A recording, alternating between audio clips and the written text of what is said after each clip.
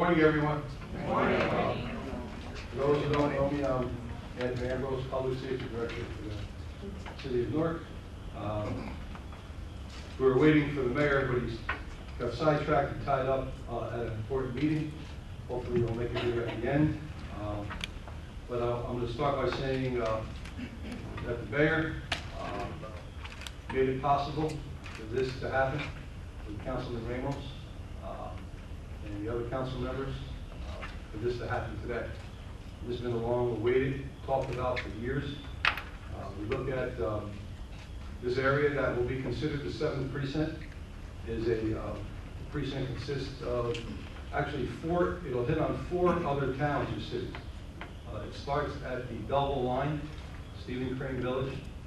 It comes across, it hits Belleville, Bloomfield, and East Orange. And it ends on Central Avenue, on the north side of Central Avenue. This particular area that we're talking about consists of 11% of our crime and 10% of our calls for service. It's been, there's probably municipalities in Essex County of this size that don't have this, is not populated. So this is much needed. It's something that will bring the police closer to the community. The precinct that would handle this area is located on Broadway, even though the vehicles are mobile. We're looking to do smaller geography and to put police officers in certain areas and keep them in the areas. So it's something that's nothing new. Some time ago, before probably all of us were born in this room, the city of Newark did have 8 precincts. And there was a 9th one being built at the airport. Then Port Authority came up, and there was never a 9th precinct. So I think it's important that that we do this. It's a happy day for the residents of this area. We're serious, and it's a testament that the administration and the council and the police department were serious about community engagement and also fighting crime. This is the 2nd new precinct to open in about 10 months. The 6th precinct opened up in the Vailsburg section, and this precinct now, which covers the North Ward and the West Ward, the Lower West Ward. So it's important. Officers will be redistributed from other precincts to this area.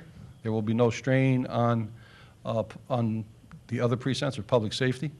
Opening these precincts, these classes that are graduating, we have 80 that will be graduating in December. We have another class getting ready to go in after that of approximately 80. So these precincts will be filled up. It also allows us for upper mobility. The precinct costs us, naturally you need a commander. They have their own precinct commander here, which is Captain Robles. The executive officer is Lieutenant Santiago. And the operations detective sergeant is Sergeant Wright, Aloma Wright. So I think it's important that the people that live in this area can put a face to a name that they can call 24/7, and they can have a service. So we're excited about it. We know that it takes a lot to do this. The chief and I couldn't do this alone, but the men and women in the planning stages, Deputy Chief Schneider, Lieutenant Carpenter, we have computers, as you see. We'll go on a tour through the precinct. This is a state-of-the-art facility. It doesn't lack any type of equipment that any other precinct doesn't have. So with that, I'm going to, the mayor is on his way. I was notified, so the mayor will speak when he gets here. So I'm going to turn it over to the chief of police. And after the chief of police, we'll hear from the council people. Thank you.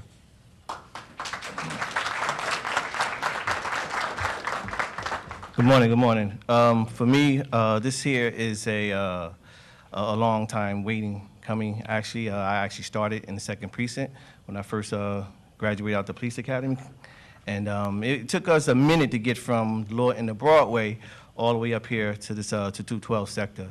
And now that we have this new 7th precinct here, the officers will be dispatched from this here particular area, where they'll be responding from here. Today is a great day. Like I said, we spent a lot of hours preparing the staff for this new precinct here. We have, the new captain here. His execs is detective sergeant, and we actually have the second precinct commander and his community service officer here as well. So I'm happy, and I'm happy for the residents of this community here. Thank you.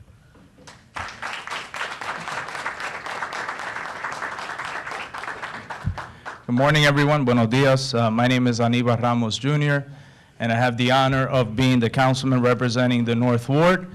And today is a very special day for us here in the North Ward.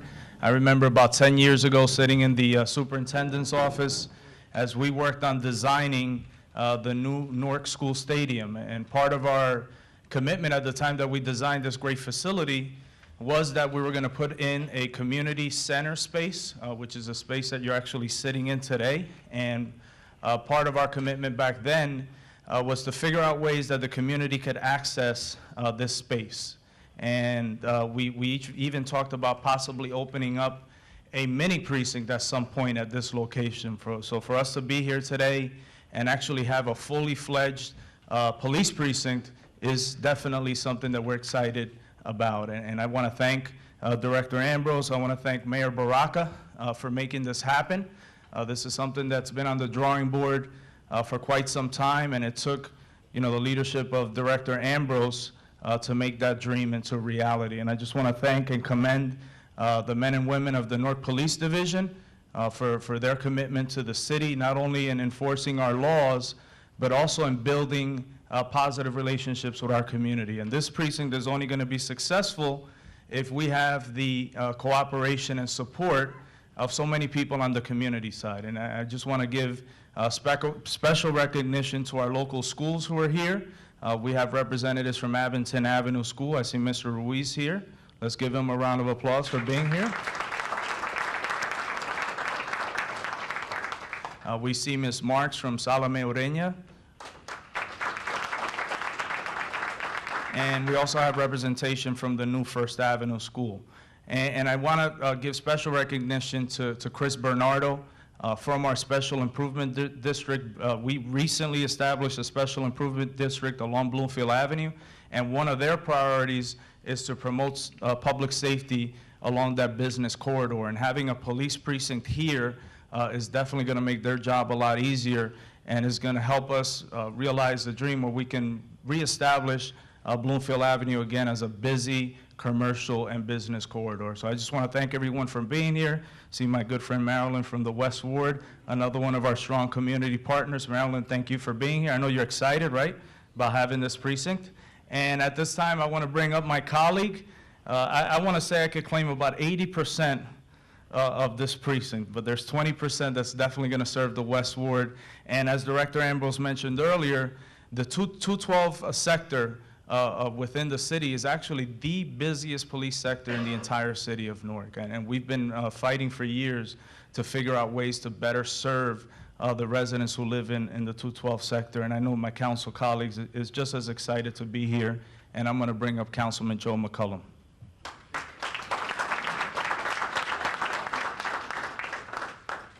Good morning. I'm Councilman Joe McCallum of the Great West Ward, City of Newark.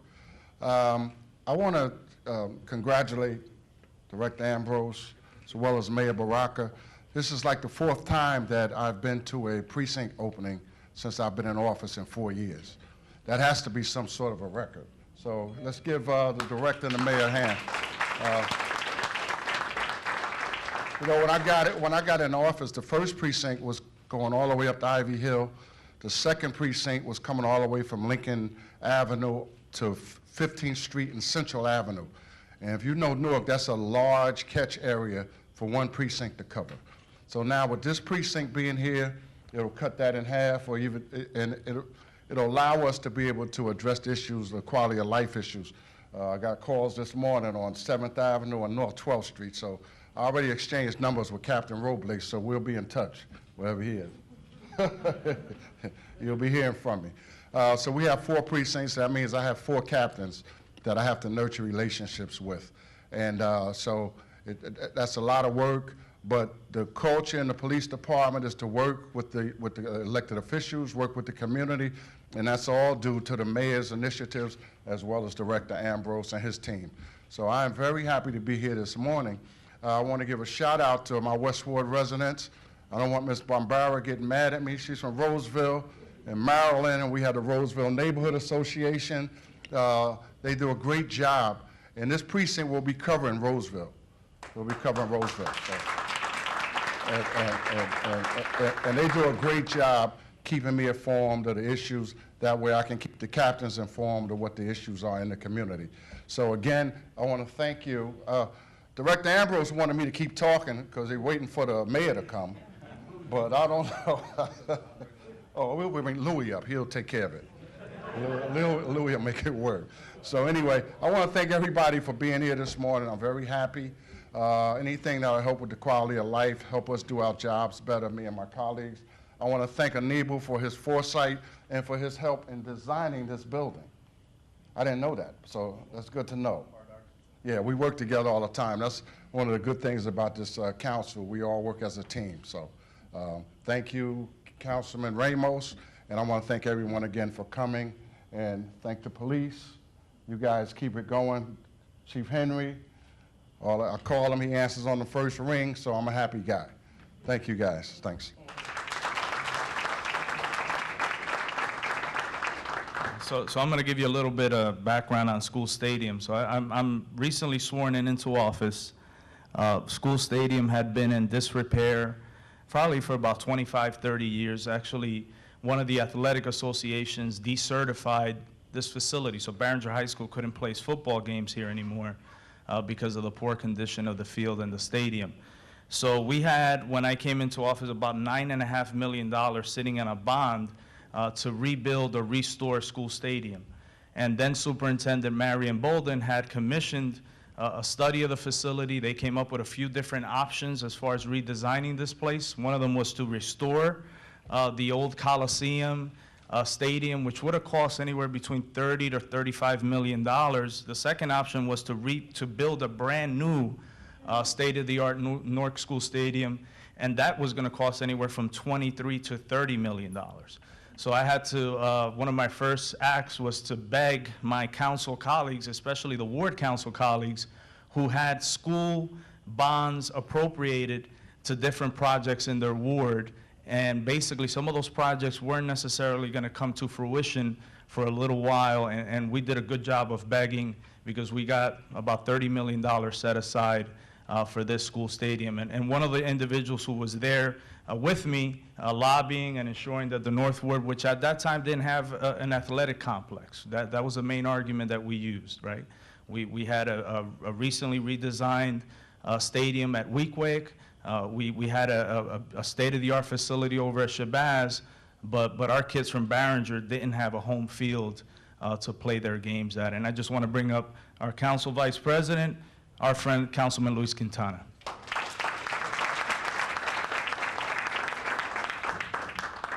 Thank you to all, especially the public. Thank you to you and the police director, director of public safety, Ambrose and Chief Henry, and to the rank and file of the Newark Police Department, which my son is a police officer. I have two law enforcement children. I wanted them to be politicians, but they said no. And they said, no, we want to be police officers. One is a daughter who's a Port Authority police officer, and my son who's a Newark police officer in this, and hopefully he'll come to work at this site in the future. And again, to me, I've seen what Councilman Ramos, and you know, when he started, he wanted this to be, because we used to talk about what should it be. And he was there because at the time, no one wanted to really take it. And he took the step to make sure that we on the council were going to make sure. Let me tell you, ladies and gentlemen, in that field, right there, a Hall of Famer, number 56 from the Patriots, was played there. And Barringer had a lot at one time. We would play championship games here, and a lot of our football stars came out of that field. But to see a precinct in the neighborhood, that's important. And now, you know, I know the commitment that the police, the director of public safety and the chief are making sure that Lincoln also gets taken care of in the future, because that place needs a little upgrade too, and it's being being tech-handled, but it will be. But again, on behalf of us on the city council, we're delighted, because public safety is a priority of the citizens of our city. The mayor continues to say that public safety is, and since Ambrose has taken over, because I've seen from 30-some years of being in office, I've seen the police department, where it's been and where it's going. And with the Director of Public Safety, Ambrose, and Chief Henry, I've seen where the city is going and what direction of public safety. Not just downtown, in the neighborhoods, which is important. And the quality of life for our citizens is very important. But going back to Councilman Ramos, he was really the person who drove to make sure that this place would be built. They were going to put this on the eyesore. There were people who were talking about taking this real estate and do something else with it. And Barringer would have never been able to play here again, and our students would have never been able to play here. But now it's so great. We have law enforcement, police, road police, and you have the community. Isn't that great? What a partnership. So I want to say thank you to Director Ambrose and Chief Henry and the whole ranking file of the Newark Police Department, and you especially the citizens who support, and Councilman Ramos who twists his arms. And if you don't know about twisting arm, he could twist an arm. He twists my arm. Yeah, we got to go, yes. And this precinct is important to him, not only to him, but to all of us in the North Ward and the West Ward, Councilman McCollum, all of us together. It takes 5 votes on the city council to get something done. So they always count on my vote, because you need 5. Can't be 1, 5, right? So I've always been a 5th on the good things of our citizens. Thank you so much.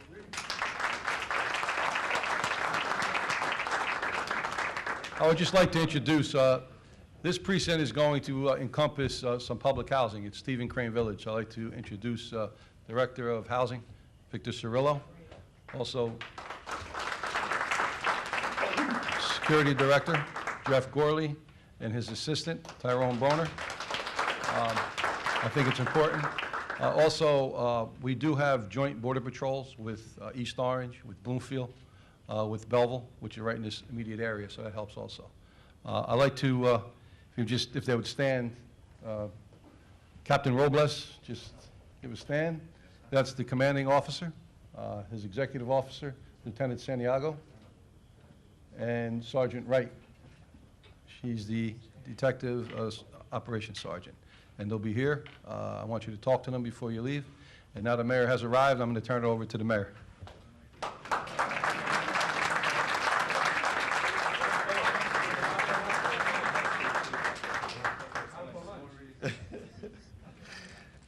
So I'll be right to work. So it's an exciting day for us in the city. We've been planning to open up this 7th district precinct for some time. The urgings of our North Ward councilman here, Aníbal Ramos, the councilman at large here, Louis Quintana, councilman of the West Ward, Joe McCallum, who I believe this precinct is going to not only help out in the West, but also in the North Ward. You know, our precincts are not organized the same way the wards are, the political wards are in the city, so they cross different parts of our community. It is an opportunity to you can kind of consolidate what we're doing, make the geographic area smaller to provide more services and opportunity for the folks in this area. A lot of the crime that happens and a lot of the calls for service that happens in our city comes out of this area specifically. So it's important for us to have coverage here. I want to thank the public safety director, the chief of police, all the command staff, the folks that are going to be manning and women in this precinct up here. We appreciate the work that you do every single day. This goes one step closer to making our city just a little safer than it is. We've been trending in the right direction. We want to continue to trend in that direction, and I believe opening up this precinct helps us to do that as we go forward. Just exciting to do this. We opened up the 6th precinct last year, I believe. Well, this year, a couple of months ago, it feels like 10 months ago, almost last year. And now we're opening up the 7th district precinct. I mean, if you would have told me 5 or 6 years ago we would be doing this, it would be an unbelievable statement to make, particularly since we were losing forces, losing resources. It is a huge testament to what's happening in our city that we have the capacity to open up a 7th District precinct here. I look forward to the work that's going to happen in this area and working desperately and with this community to make sure we keep this area safe. So God bless you all. Thank you. Yeah. Yep. Sure. Any questions? Victor, how you doing, brother? You're the only one named Victor over there, man. Yes, ma'am. Mayor, why did you want to see a police precinct open in this particular neighborhood? One, because you know what was said earlier. The councilman beat us up all the time. But two, I mean, the calls for service up here are huge. So it's one of the busiest districts in this area. So we needed to have some kind of presence in this community, and I think this is the right way to get it done. Was this a repurposed space, or was this constructed, and what was the cost? It was empty. We put ourselves in it, and we are going to use this as an opportunity to provide services. We got it from Newark Public Schools. They allowed us the opportunity to use this space, so we are grateful to them.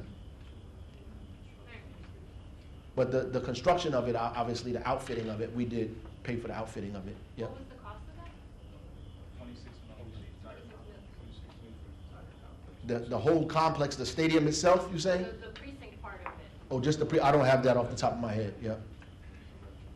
Mayor, congratulations on the precinct opening. I just had an off-topic question. Sure. Amazon, over the weekend, some reports broke that Amazon was closing in on a deal in Virginia. What's your reaction to that, and is Newark going to change its bid at all to kind of? No, we're not changing anything. We were happy to be in it. As a matter of fact, it's not chosen yet. There are a lot of people who are speculating. We all the way at the end. I mean, I know there was 1 million reporters saying that Newark would not be in the 20. We're not even in the running, and they were all wrong. And you know, we are so excited just to be. We feel like I've been saying, we feel like the Boston Celtics last year when they played Cleveland and LeBron James. We're just glad to be here.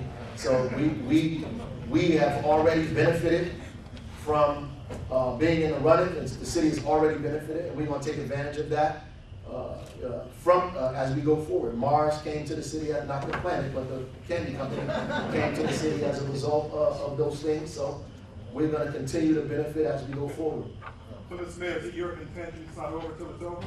It's not over till the fat lady sings, right? That's what they say, right? So I guess I gotta start singing. I'm concerned about the graceful transition between Lincoln Avenue and this location. There's stuff that we've been dealing with in our community for decades, and it's still the same stuff. So the specific question is, what can we as residents anticipate that will be different? Okay, so first, that's a good point, good question.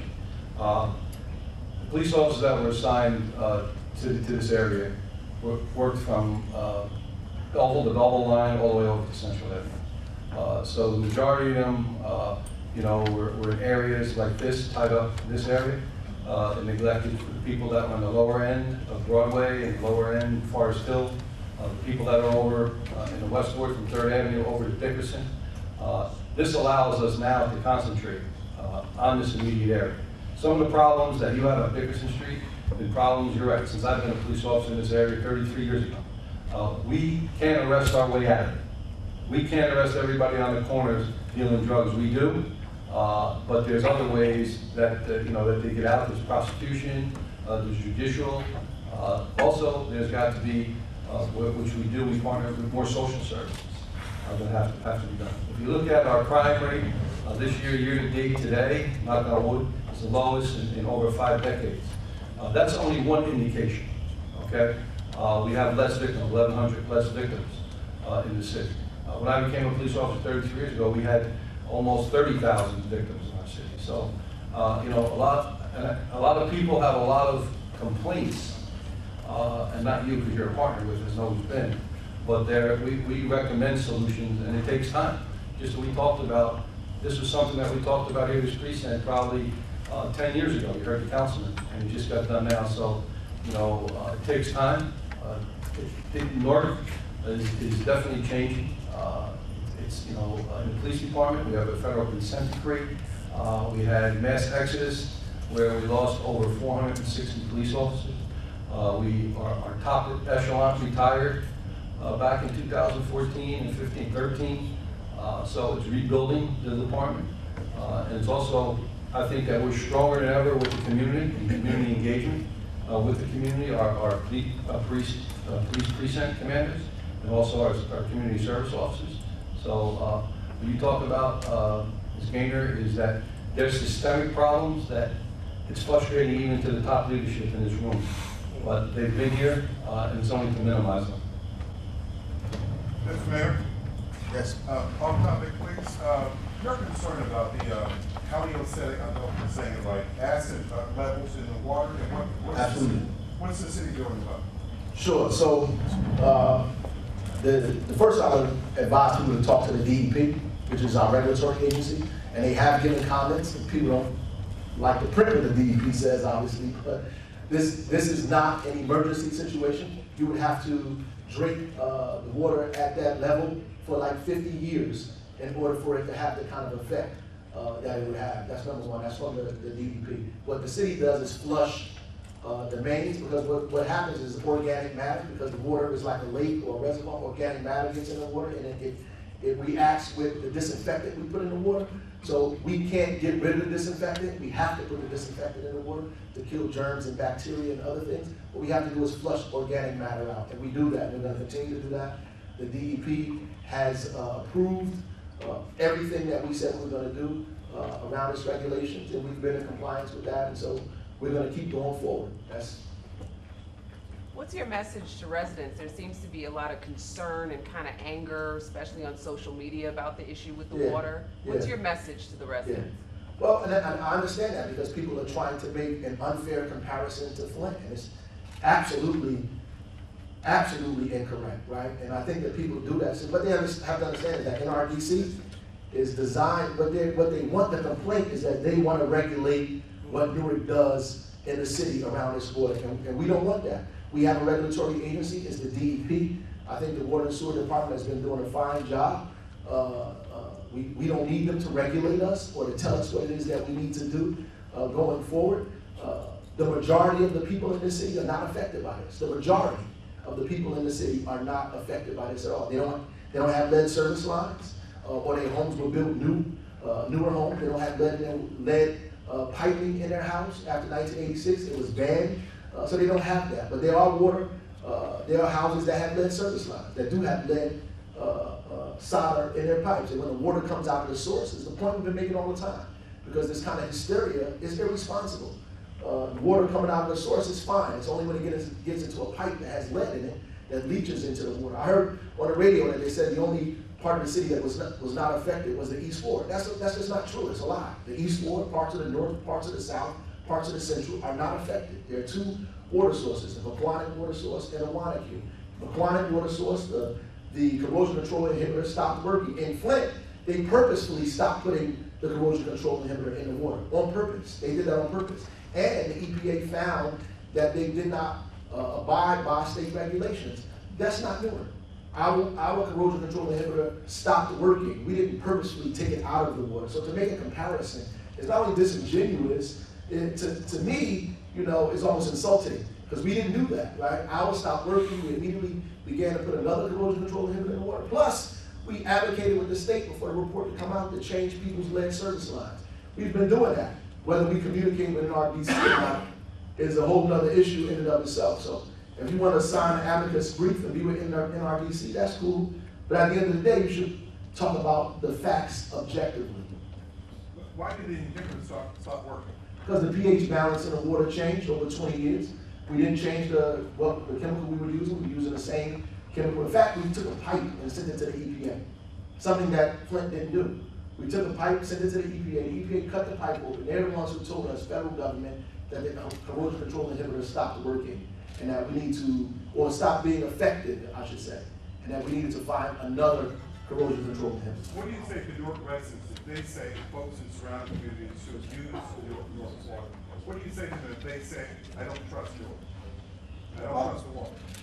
People have the right to say that, but they should call 973-733-6303, the water department, to get you tested. At the end of the day, nobody would know about this if the city did not, A, do a press release, 2, put out a report, 3, send it out to residents that there was lead in their water.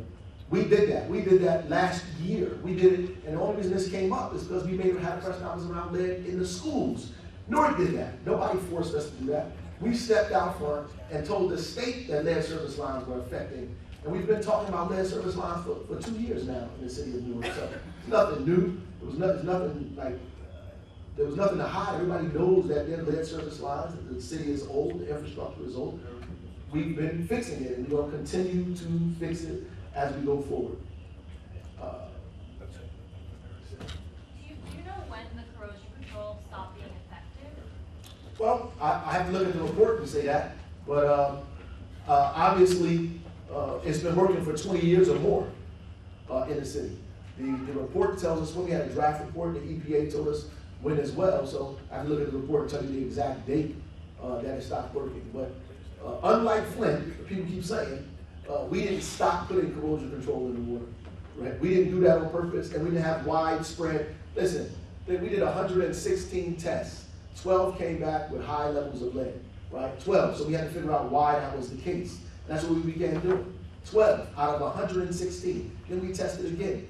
We put this stuff out there. So when people say stuff like that, to me, I believe they have another agenda in mind. But at the end of the day, we're going to continue to push forward. And somebody said, I have to say this, somebody said something to me on the radio today, which was horrible, said, we didn't tell anybody about lead because we were afraid of Amazon not coming. I live here. My mama lives here. My nieces and nephews live here. My family is in this community. My house is affected personally by this. I use a filter that I got from the water department. So, I mean, it's just absurd the kind of information and messaging that's being put out here to malign the city. It's just absolutely incorrect and wrong for people to do that. It's absolutely wrong. We give water, sell water to a dozen municipalities or more in the state of New Jersey. So to put that out there is just, it's like irresponsible in my mind. Back to the new precinct. Yes, ma'am. If I may. I'm concerned, we got one of the best, in my opinion, community services officers, Jackie Molina. And I'd like to know how the community services aspect of this new station is going to. She didn't pay you to do that, did she? The kids at Sussex love her. I'm sure that the new community service officer, there will be a coordination between both of them, and you'll be happy with the one that you're given from this precinct. So she don't be working. So you can tell her she good. That's it. Thank you for coming out. We appreciate it. How you feel about new precinct? You feel safer? Yeah, hopefully we'll be safer in the neighborhood, and the response time will be quicker than as opposed to the First Avenue precinct.